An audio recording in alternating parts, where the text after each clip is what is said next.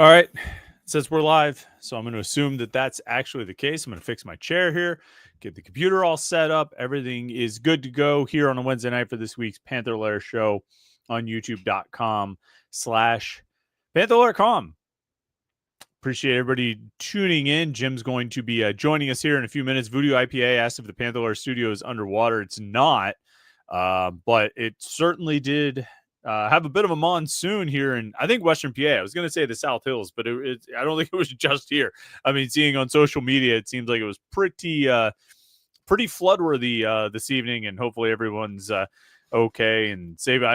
What's the road over there, Washington Boulevard or whatever it is? It goes by the old VA hospital. Is that, like, I don't even know why that road still exists. I mean, it seems like it insta floods every time there's any kind of rain. So that seems highly dangerous, and I'm sure it was again tonight. But definitely here in the South Hills, we got a lot. Hopefully everybody, I think everybody probably was safe. There didn't seem to be too many unsafe conditions, but hopefully everyone's basement stayed dry, which is often the more challenging task, is keeping the basements dry. As I bump my microphone. Anyway, it's Wednesday night, Panther-Lair Show. You know, we do this every Wednesday. We get together. We've been getting together. Usually it's 8:30, but the past few weeks we've been doing this at 8:45. Seems to work. It's a bit of a scheduling conflict anyway. And, it's the middle of summer. 45 minutes seems to cover everything we need to cover. But getting closer and closer to training camp starts probably in about 2 weeks, I would say. Probably about 2 weeks or so from today, give or take a day. They're going to be in the South Side practicing. So we are getting closer and closer to the start of training camp, which means we are getting closer and closer to the start of the 2025 football season, which means we have plenty to talk about as it relates to getting started with that season. So while you're here, make sure you like this video and subscribe to youtube.com/Panther-Lair.com. And that way you won't miss any of our Pitt video content. We have our morning Pitt videos that we do every day, Monday through Friday. We have this weekly live show we do every Wednesday night, like I say, usually at 8:30, but occasionally at 8:45. And we have press conferences and post-game shows and interviews and all kinds of stuff for you to check out at youtube.com/Panther-Lair.com. And, of course, go over and check out the website, Panther-Lair.com, the most comprehensive source of Pitt sports news on the internet. Pitt football, Pitt basketball, and Pitt recruiting and Pitt transfers and Pitt everything. It's all at Panther-Lair.com and message boards to talk to other Pitt fans all day, every day. Pitt fans are hanging out on the message boards at Panther-Lair.com, and you should too if you are a Pitt fan. If you hang out on the message boards, you can hang out with Jim, but we can also do that right now. If I turn up the volume so I can hear him. There he is. Jim, how are you this evening? I'm good, Chris. How are you doing? The rain out there? Yeah, like hard storms, like every so often, just would come down like crazy. Thunder, lightning. Yeah, the whole bit. So yeah. Summer kind of sucks right now. It's either like unbearably hot or like it rains nonstop. Like it. Yeah, it keeps raining, and the problem with that is the past couple of summers I haven't had to mow my lawn after like the 4th of July. I think we might have talked about this last week, but it keeps raining, so I keep having them. Like, the grass keeps growing. The grass should all be dead by now. I don't know why it's still alive on July 16th. So this is a real downside to whatever's going on weather-wise, but I feel like we've gotten more rain this summer than in past. But then, like you said, it's either raining or it's like 89 degrees. Like, it is. There are no sort of moderate, days. There is no moderate here. It's extreme one way or the other. But either way, sure, you have air conditioning or fan or something like that to keep you cool during the live Panther-Lair show here. Beavis and Butthead said, I live across from W&J Stadium. The whole road and stadium is flooded. Where's that at, Jim? Washington and Jefferson. Right. Where is that? Like Washington, PA. Oh, okay. I don't know. Maybe it was Jefferson, PA. Who knows? Which one did they name it? Yeah. It's like, combination. It's like, Stowe Rocks or something, or what's another? There's some other combo high schools around here. Norwin, right, is like a combination of North Huntington and Norwin. So, I mean, Washington and Jefferson. Anyway, I hope everybody's okay at W&J, wherever that may be. Let's see. I'm just going to jump into comments here, Jim. We'll just get rolling with things. There's some interesting things to talk about tonight. Mark Shoju says Desmond Reed's the undisputed #1 running back, but where does the rest of the depth shake out from there? I would assume Joel's Goff is #2 heading into camp, but there really hasn't been any mention of him. Also in. Oh, there is a second part. Do you think there will be more wildcat with the tight end in short yardage situations like we saw at the end of the bowl game? Your thoughts? I'll take that second part first, Jim. No, I don't think there will be more wildcat like they saw in the bowl game. I think that was an emergency situation brought on by starting a walk-on and going to a fourth string freshman at quarterback. I also think Gavin Bartholomew is very unique from Jake Overman and Malachi Thomas and Justin Holmes and Max Hunt. I think that was like if it was something that they thought they could viably do with any kind of consistency or effectiveness, they would have done it more than overtime of the bowl game, right? Like that's not anything we saw all season long. So I would say that's not going to happen. Let's go back to the first part though. And we've talked about running back depth kind of throughout the offseason because it's been a question mark throughout the offseason. I mean, like, it's not like they can do anything about it now, but do they have enough to survive this season? I mean, like, you can't assume perfect health. If you could, then yeah, they're fine. But do they have enough to survive this season a running back, Jim? I mean, they had an opportunity, after the season to add a transfer running back, and they didn't. They had an opportunity to do it after spring practice, and they didn't. So that at least tells me somewhat that there is some confidence in Joel Goff and these true freshmen. I mean, I think what they saw like during spring football was Goff and Ja'Kirian Turner. I think they got pretty much every single carry because like Desmond Reed did not participate in spring ball. So I think they got a good look, and I think they impressed enough. And I mean, I guess we'll see. I mean, you don't know. There's nothing you can do about it now. But I mean, I think 6 scholarship running backs projected. I mean, we still don't know exactly how healthy Derek Davis is going to be, but I mean, 6 is probably a good number on most years, I would think. But half of them are freshmen, right? And I mean, like, that is a position where, freshmen often play early, even though, Cade Bell, when I asked him that last year, was like, no, it's really hard to play as a freshman in our offense because we throw the ball to them and all this. They have all these different responsibilities. But I mean, I don't know. I mean, I guess it's fine if Desmond Reed stays healthy. But, like, how confident are you in the situation if he has to miss time, if he has to miss a game? And I mean, maybe that's a question more about how, like, I'm pretty confident about Joel Goff. I think he'll be pretty good. I guess it's more a question about the freshmen. And only one of them, even though there's 3 of them, only one was here during the spring. So I don't know if you put a lot on Jaylen Brown or Saquon Smith. So I guess the hopes are resting on Ja'Kirian Turner. Is that what it comes down to? I mean, it seems that way. I mean, I think, there was a lot of good reviews about him during camp. I think players and coaches kind of talked him up, and they made it seem like he was ready. I mean, he's small. Like, he kind of looks like he could be the next Desmond Reed, at least based on stature. I mean, like, Cade Bell and this offensive staff, they have a type. I mean, it's pretty apparent whenever you walk around practice these days. So, I mean, he's fast, he's quick, twitchy. I mean, he has all the cliche terms you can say about him. So I haven't seen it do it in a game. I mean, I guess that's my only hesitation. But I mean, I guess from what I've pieced together, what I witnessed in spring camp and kind of watched on film, I mean, he seems like a good player. I think in previous times when we've talked about this running back situation, we've looked at the numbers and, just in terms of carries. Last year, Desmond Reed, 183 carries, most on the team, obviously. Derek Davis was second with 27 carries. Daniel Carter had 22. Joel Goff had 18. Rodney Hammond had 12.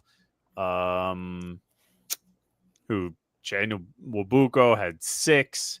So, how many? I should have been counting that as we went. 183 for Reed, 22 for Carter. That's 205 plus 6 for Wabuko is 211. 27 for Derek Davis is 238. Goff had 18. So that's 250. Let's call it 260 carries over a 13-game season.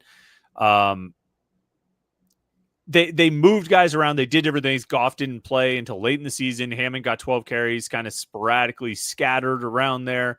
Carter was sporadic. If it's more of sort of a, I don't know, kind of standard rotation, what would be an ideal breakdown if you've got 260 carries? Let's say Desmond Reed gets 190 carries. All right, I'll cap that there. What do you do with the other 70 carries? Do you just spread them throughout Goff, the freshman, and maybe Davis if you get it? Like, what do you think would be ideal on that breakdown?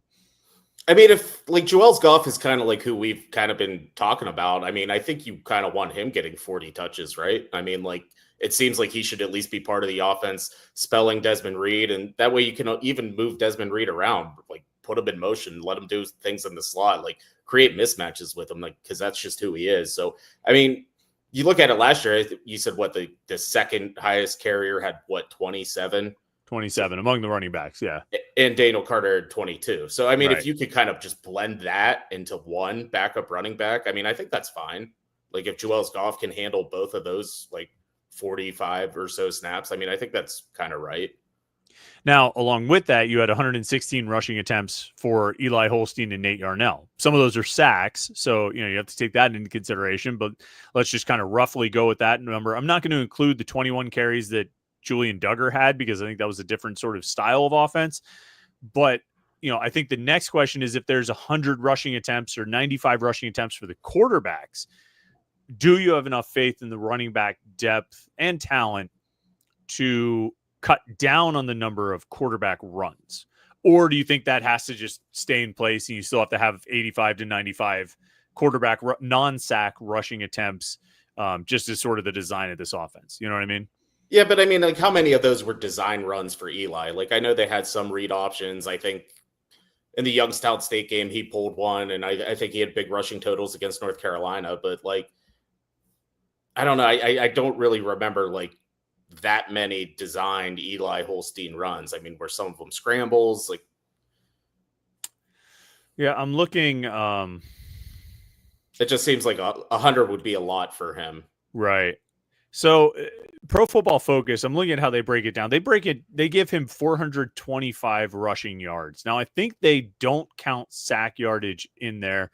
Pitt officially had Holstein gaining 466 and losing 138 for a net of 328. Just as it breaks down on Pro Football Focus's numbers. So 425 rushing yards. They say 300 of those 425 were scrambles and only 124 were design runs as far as Pro Football Focus could see it. So you're talking about like 75% of his rushing yards. So, I mean, maybe that's, maybe that's worth considering that you're not getting, a lot of that is the scramble. And then it doesn't matter what your running backs do. I've been on this kick lately thinking about Eli Holstein, Jim, and how you balance his sort of throw caution to the wind, try and do everything to get the team to win, while also, balance that with play safe, play smart, don't take too many risks. Because I'm starting to wonder if maybe he's just the kind of guy where risk taking is just part of the equation. And that's how he ends up making the big plays to help you win the games, is by taking the same risks that occasionally have you saying like, oh God, why would you do that? Do you think he's the kind of guy that you can sort of tame to some extent, or are you just going to have to live with that, like, kind of cringeworthy risk taking? Yeah, I mean, I think that's part of his game, but I also think it comes with maturity in college quarterbacks. I mean, like, I go back to like looking at like Kenny Pickett's first game against Miami. Like, he was throwing his body around. He was taking hits. He wasn't sliding. Like, he was just being a football player because that's just all he knew how to be at that point in his career. So I think over time, like, he learned how to protect his body. But he, he kind of balanced it with that he would still dive for first downs. He would still like, be tough and get rushing touchdowns, but he didn't take those giant hits. He knew when to get out of bounds. He knew when to, take a slide. And I mean, obviously that's a big story right now with Eli Holstein, just simply because he got hurt, twice last year. So like, yeah, part of his game is just needing to know, I need to, protect myself. Like, I'm important to this offense. I can't get hurt. Well, at least one of those, what seemed to be concussions, came when he took a slide, right? Didn't he get hurt like sliding on Virginia one game? Or I something? think so. So maybe the lesson there is like, no, don't slide. Put your shoulder into him because you're bigger than. Well, yeah, that's the thing too. You're talking about like, oh, Kenny Pickett didn't slide in his first game. I'm like, dude, he didn't slide in his last game at Pitt. So I'm not sure how much. But I mean, I think like guys like Pickett, Palco, like these guys only kind of know one way to play. You know what I mean? Like they're not like shying away from contact. They're not shying away from taking a shot downfield, because it's not just about like protecting yourself when you run, but it's about playing it safe or taking risks when you throw the ball. And I think Eli Holstein takes those risks, but I mean, I think Kenny Pickett took those risks. I don't think Nate Peterman took those risks. either as Probably a runner or as a passer. I don't think Tino Sinceri took those risks. I don't really think Bill Stahl took those risks. And that doesn't mean those guys played perfect. I think they made plenty of mistakes, but they weren't that kind of gunslinging, like I say, risk taker that I think Palko was, that I think Pickett was, and that I think Holstein might be. I think Holstein's more in terms of that mentality, not overall ability or what he is or whatever, but just in terms of that mentality, he's closer to Pickett and Palko than he is to Peterman, I think. I would agree with that. Just like it seems like he's comfortable out of the pocket. Like when someone's chasing him, like he's good with it. And even like last year, he was competitive about it. Like you remember at the end of the games, like rather than taking the knee right wherever he caught the snap, he would walk up so he wouldn't lose 2 yards. Like he was mindful of his rushing yards. So like that's just like he's a competitive guy, and that does remind you of like guys like Pickett and Palko. Let's see. All right, I'm just going to scroll through some of these questions. Some people are responding to what we're saying about the quarterback, but I don't want to miss questions. So, interesting one here. Adam Vinchik says, any news on the new player Pitt is looking at for basketball, not the Australian? Ha. So, Luka Skoric? Yeah, we'll go. Is that what we're going with? Sure. Okay. Quote, down the line with Pittsburgh, but reconsidering per a source. According to Jake Lieberman, one of these guys on Twitter who does a good job covering college basketball, recruiting and transfers and stuff like that, calls him a game-changing prospect. What have you been able to find out, Jim, about Luka Skoric? Not much beyond that. I mean, like it said, like there's other high majors involved, and I was still like trying to decipher exactly what Jake's wording meant, like down the line, but reconsidering. Did that mean like he was about to commit to Pitt? Like, is that what you took from it? Or moved far along in his relationship or his recruitment? But I mean, like I don't know how much time we have to get further down the line here. I mean, it's July 16th. Like, you better be pretty far down the line at this point, I would think, if you're gonna go to college, because the tweet a week ago where Skoric was first mentioned and Pitt was first mentioned is that he was exploring the NCAA route. So as of last week, according to this source, he didn't even know if he was going to college basketball in America, right? Right. And now he's, quote, down the line with Pittsburgh, but reconsidering per source, Kansas, West Virginia also involved. What about as a player? What have you been able to find out? I mean, I don't know exactly what the ABA is, like I guess his native country, but he averaged 5.3 points. He's 21 years old. I mean, it's nothing that like strikes you as like, oh man, like game-changing player. But obviously, like if Kansas is involved, like there has to be like some level of like, oh, okay, like they're probably not looking at some random late ad that can't play at all. Like this guy has to have something. But I mean, beyond that, it's been tough. I mean, like this has been a weird probably 2 years for Pitt in that they're just recruiting a lot of international guys. And like, I'm on the FIBA website more than I would like to be on the FIBA website, because I don't always, feel like I'm finding the right information. Like I never know like what the stats mean or like what league this is. Is this the second tier of the Croatian basketball league? Like, I don't know. So like, it's kind of always hard to decipher. And obviously Amzal Delilich was the greatest prospect in the world a year ago at this time. And I still think he is, and probably after his injury, but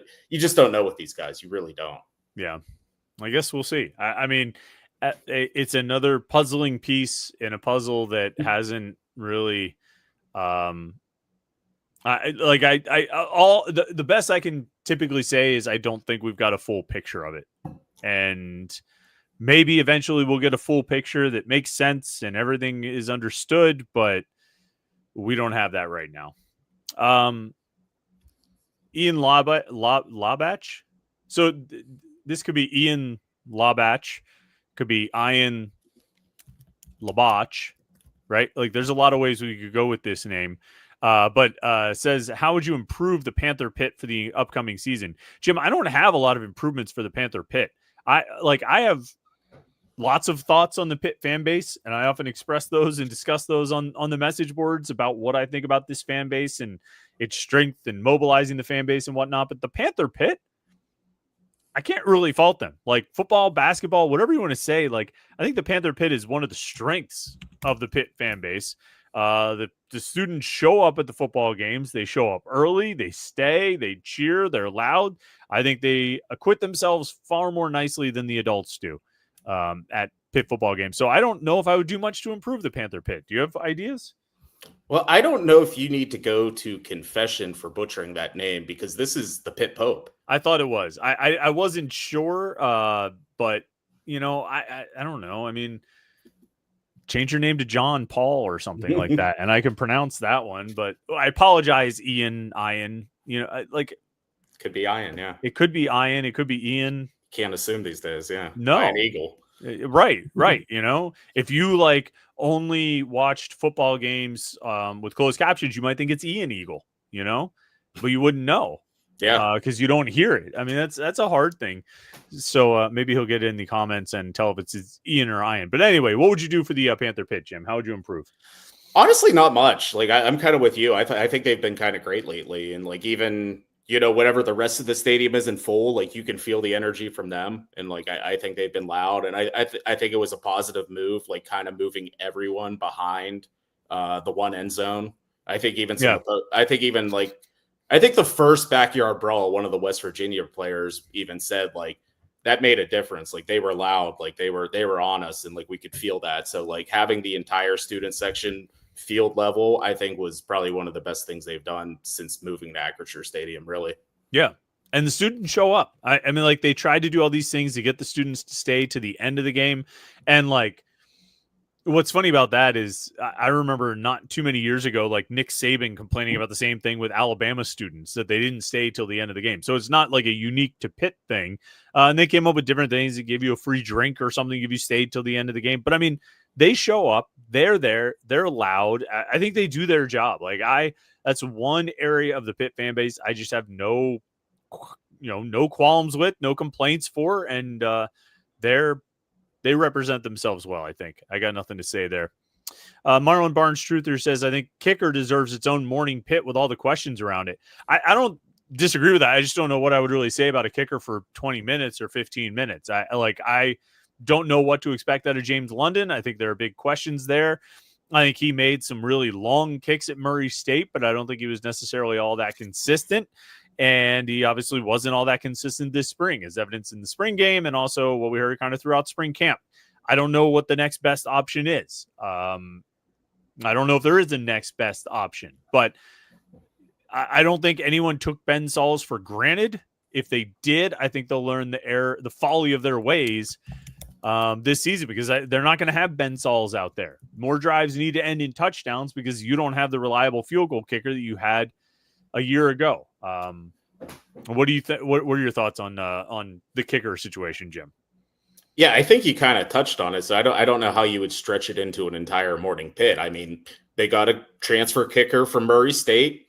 He had, I think, 5 or 6 50-yard plus kicks last year, which that doesn't change. FBS, FCS, it's still the same football field. So one would think you would still have a strong leg. So I don't really know if there's a transition like with other positions, like he's making the jump from FCS to FBS. It has to be a big deal. Like, no, it's still kicking. So, I think it's just a matter of being consistent, but I think there's some talent there. I mean, there's obviously a reason because they went out and got him early. Like they kind of like sought him out as like, this is the Ben Sauls replacement. So we'll see. I mean, I think who else is around?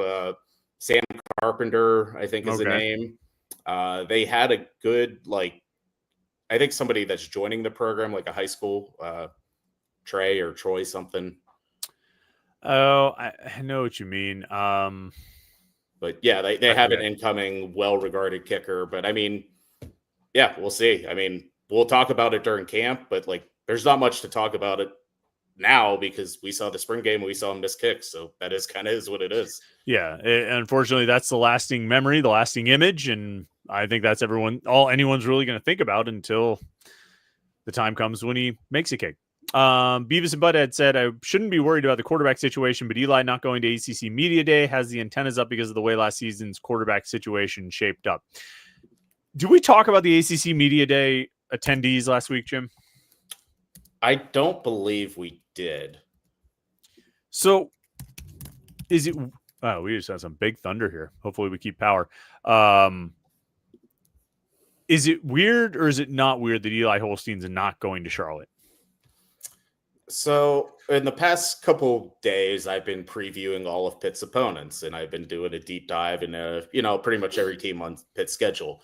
And I thought it was curious that Syracuse is probably starting a transfer quarterback, Ricky Collins. He's going to ACC Media Days. Yeah, he just came to Syracuse in December. Yeah, he has 7 career passing attempts, and he is representing Syracuse because he's going to be Syracuse's starting quarterback this year at Media Days with Fran Brown. So right. I thought that was interesting because whenever you compare it with Eli's situation, you would think he would be there. You would think you would want to tout your quarterback that set the world on fire, the 5-time rookie of the week, the guy. I mean, he was breaking Dan Marino's records like his first 7 games. So yeah, it's interesting. I'll say it that at the very least.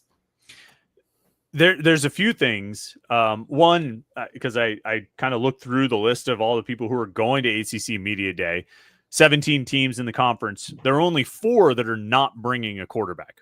Only 4 teams. There's Pitt, Stanford, Wake Forest, and Boston College. Stanford's quarterback starter from last year transferred to Auburn. Wake Forest's starter graduated, and Boston College's starter last year transferred to Florida State, and he's going to Media Day from Florida State now.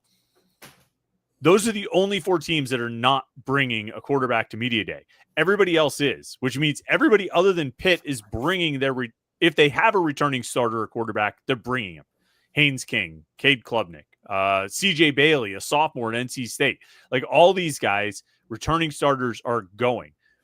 8 teams are bringing a transfer quarterback to ACC Media Day, like Ricky Collins, who you mentioned, which incidentally, and I didn't even realize this wasn't on my radar, Syracuse also got the kid from Notre Dame after spring camp.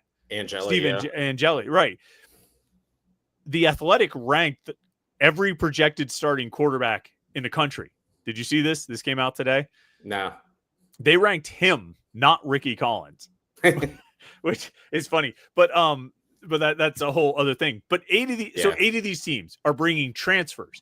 Cal is bringing 2 transfer quarterbacks to ACC Media Day. Pitt is not bringing their returning starter. So people said, well, he's an underclassman. Somebody on the message board went back and tracked every guy who's gone to ACC Media Day since like 2017. They're all juniors, redshirt juniors, or seniors, other than Jordan Addison in 2021. He's the only guy who wasn't a junior. And so Eli Holstein is a redshirt sophomore. So maybe that's it. He's an underclassman. I don't buy that, though. He's the returning starter quarterback. And the only explanation I could come up with, and this is my own assumption, and you know what happens when you make an assumption, Jim, right? It makes an ass out of you, an assumption. And so we know that we have to be careful with this. But last year, they took the starting quarterback to ACC Media Day, a guy who had how many career starts? 3? Yeah, 3. And by the time they got to the end of August, he was no longer the starter. Eli Holstein has 10 career starts, so more than 3 times as many as Nate Yarnell had. He's not going to ACC Media Day. Maybe it's because he's an underclassman, or maybe it's because the door is more open than we thought for an open quarterback competition. And like, that's kicking the can pretty far down the road in terms of assumptions. But I have a hard time sort of coming up with an explanation for this. Like, unless it's the underclassmen thing. But I just don't buy it because you have a returning starter quarterback and everybody else is bringing a quarterback. And this doesn't mean that Lyndon Cooper and Desmond Reed don't deserve to go, or Kyle Lewis and Javon McIntyre don't deserve to go, but you have a returning starter quarterback who started 10 games, who was really good, 5-time ACC Rookie of the Week, like you said. It's weird. Something smells funny about it to me.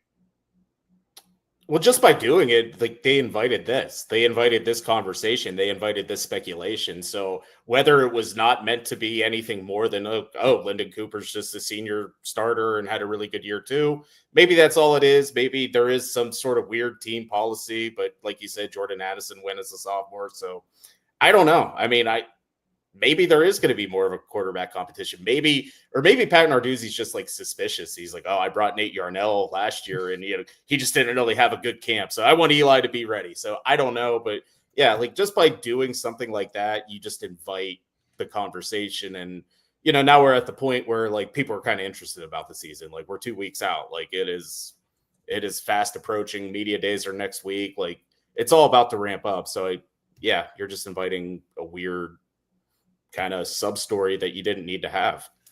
Yeah. And, Lyndon Cooper is interesting because I feel like I don't want to say they're pushing him, but like he seems to be getting a lot of like publicity. I want to see, what was the thing he did? Was he on TV on like a local cooking show or something like that? Did you see this? Yeah, but wasn't it with Eli? That's the thing. This is what I was getting to. Is like, yeah, they're trying to really push Lyndon Cooper and all this stuff, but Eli Holstein was on that show on Talk Pittsburgh on KDKA, cooking with, I don't even know who that person is. Maybe the nutritionist or something like that. It's just very weird. It's just like, isn't Eli getting like pushed for like the Good Works team? Good Works team. Yeah, like they had like the publicity. Like got his haircut. Like they pushed that really. So I mean, like they're doing all those things. So it's weird that they're not going to take him to media day. Yeah, I agree. That athletic ranking that came out today, Eli Holstein incidentally was ranked number 29 out of all 136 projected starting quarterbacks in FBS. The only two quarterbacks on Pitt's schedule who were ranked higher are Carson Beck at Miami and Haynes King at Georgia Tech. All the other quarterbacks they're going to face are ranked lower. CJ Bailey at NC State, Miller Moss at Louisville, CJ Carr at Notre Dame, Nico Martial at West Virginia, Stephen Jelly at Syracuse, number 61, not Ricky Collins. Tommy Castellanos at Florida State, Grayson James at Boston College, Eliza Brown at Stanford, and then Joe Labas from Central Michigan, or Labas, or maybe he's related to Ian Labatch. I don't know.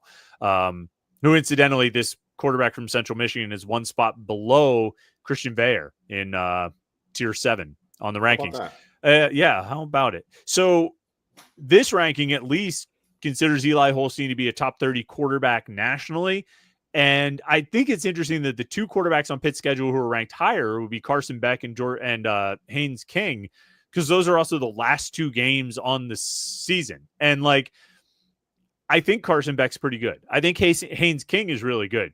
But like Haynes King is a little bit like Eli Holstein in the way he plays, So like, next to last game of the season, I'm not 100% convinced Haynes King is still going to be playing. I'm not convinced Eli Holstein's going to be playing, but I'm not convinced that Haynes King is still going to be playing. And then Carson Beck, he's pretty good, 7,000 yards at Georgia, but that's the last game of the regular season. You could get a Miami special there. So like the two quarterbacks who are at least are ranked higher than Eli Holstein are maybe, Pitt might be getting them in a sort of an ideal situation. You know what I mean? Yeah, like if you're not gonna, like who else on the ACC is up there? Like I would guess Jennings from SMU, Klubnik, those two are in the top. Like the Clemson quarterback's number 1 overall on the list, and Kevin Jennings from SMU is number 8.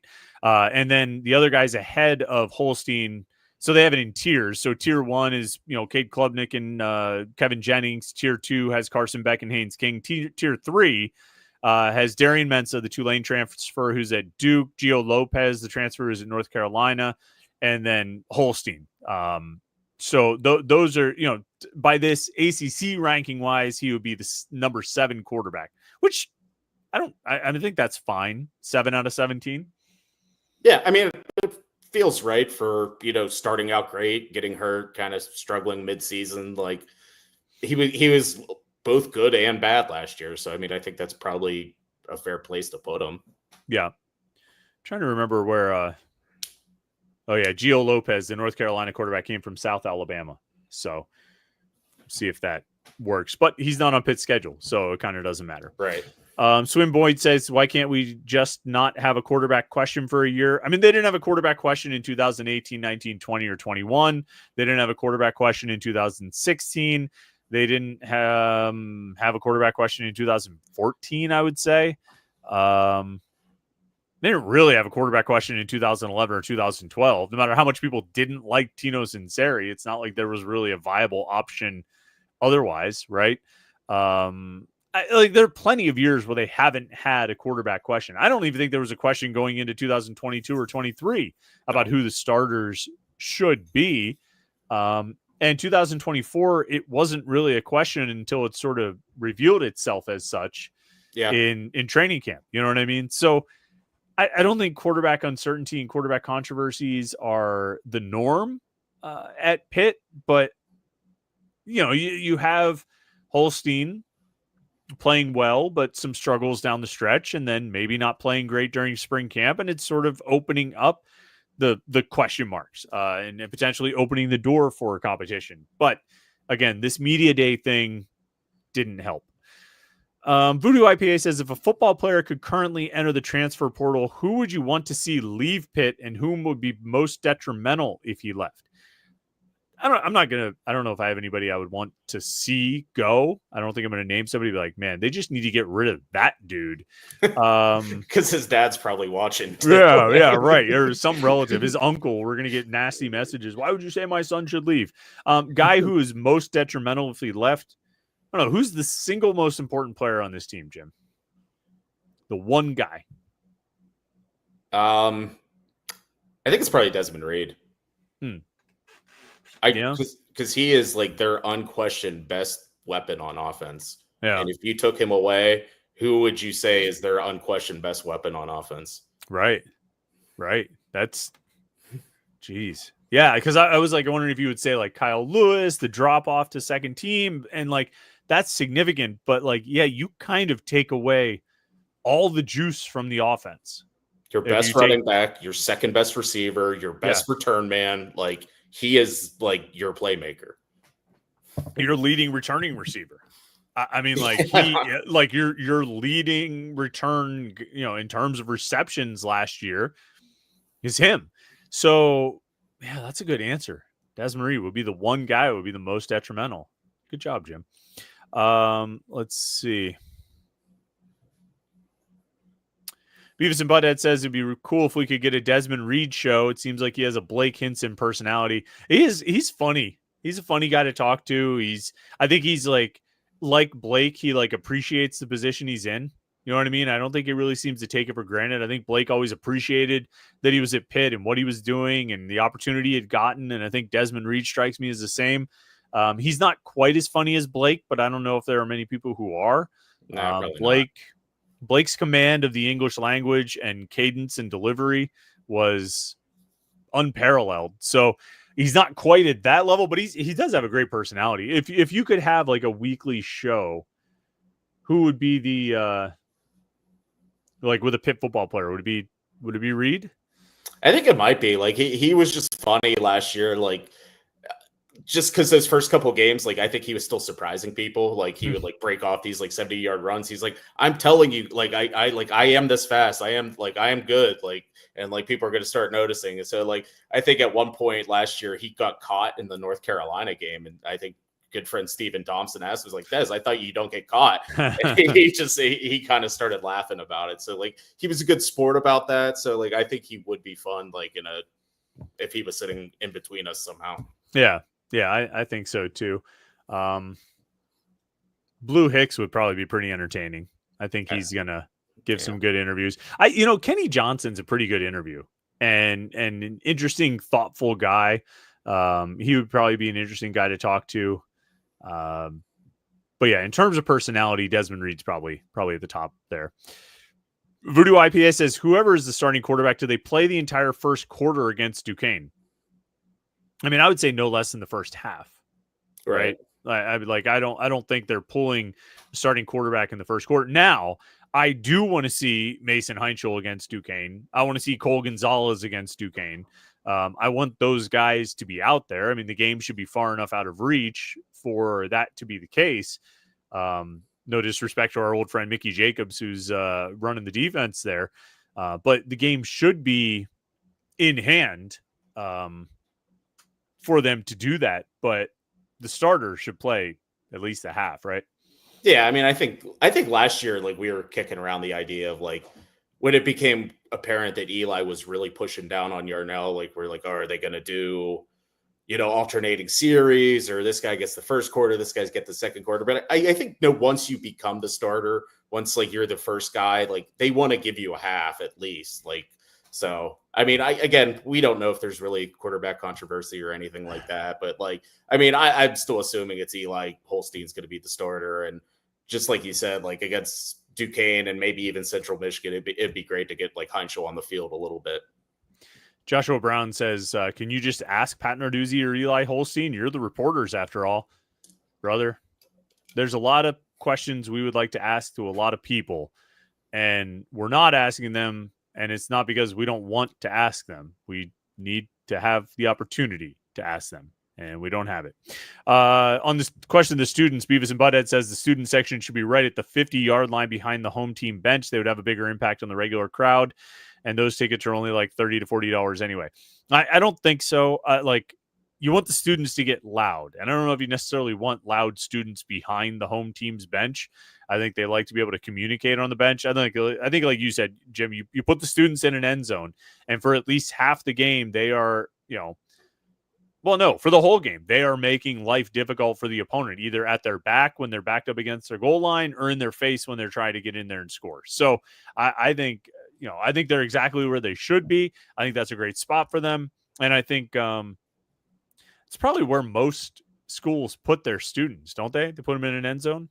End zone, corner, something like that. But like, if like Beavis and Butthead suggested, like if you're going to move them, like wouldn't it make more sense to like, if you're going to put them on the sideline, wouldn't you put them on the opposing team sideline, like so they could heckle the other team? And there's probably a rule against that, I would imagine. I think there's a rule against that in basketball. This was like the whole like flipping the court thing. Mm-hmm. One of the issues was you couldn't have students right behind the opposing team's bench. You'd have a visitor section and all this stuff. So, Voodoo IPA says, if someone's a super chatter, would you take a shot?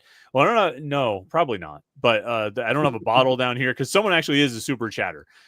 Craig Monahan came through as a super chatter. No comment. Just keep doing what you guys are doing. Pitt fan in North Carolina. Well, thank you, Craig. We appreciate you being a super chatter. And thanks, we'll get the bottle out once the season starts. We're being responsible during the summer, but once the season starts, the post game shows, we'll get it going. Mark Shoju says, if the season were to start today, which game do you think Pitt will win and lose that they aren't supposed to? Before we answer that, Jim, what's the toughest game? You're going through and kind of previewing these opponents. What's the toughest game on the schedule right now?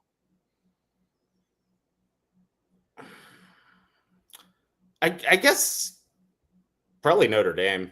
Yeah. Okay. Toughest. You know what? I was thinking about this question earlier, and I realized that was the easy, obvious answer. Amended question. What's the toughest ACC game on the schedule right now? I mean, like on paper, it should be Miami. Like I should say Miami because they're a preseason top 15 team and they're talented and they have Carson Beck. But like you mentioned earlier, Pitt plays Miami after Thanksgiving, and sometimes Miami football stops playing football after Thanksgiving.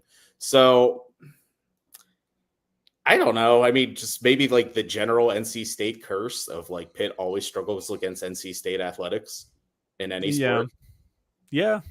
There's not an obvious game outside of like Notre Dame and Miami, like the two ranked teams. Like there's not like one that like, I guess like Louisville's tough, but you get them at home. And like, I don't know, like the games have been always back and forth between Pitt and Louisville. That doesn't strike me as like super hard. I mean, Syracuse is like better than they normally are, but I don't know if they're as good as last year. Georgia Tech late in the season, like if, a lot of it's like kind of dependent on like how the other team season's going, how Pitt season's going, like that kind of thing. Like you mentioned, Haynes King, like, is he around? Right. Or Florida State on the road. I mean, there's that, like I can't imagine they have, a year like they had last year. Like I have to imagine they're going to bounce back. But again, how is Thomas Castellanos the best that they could do? Like, how is that the best that Florida State could find? And I like him. I'm a fan of him. And I thought he was good at Boston College, but that's the best you can do? You couldn't get Carson Beck? Yeah, I mean, like whenever I was writing about Florida State, like I was like 2024 Florida State and 2023 Pitt were the same team. They guessed horribly wrong on a transfer quarterback, and it basically ruined and poisoned the entire program. Even though there was evidence that that was the wrong decision. Yes, and like they still did it anyway. And like I think Castellanos is probably better than Dracovic and DJU, but like I don't know. I mean, like you're Florida State, like you should have money. Like there's other transfer quarterbacks out there. Like there's big time recruits he could have tried to pull in. So I don't know. We'll see. I mean, he's confident. Personally, like, on a personal level, he is confident. But couldn't you have gone out and outbid Duke for Darian Mensah? You know what I mean? Outbid Miami for Carson Beck.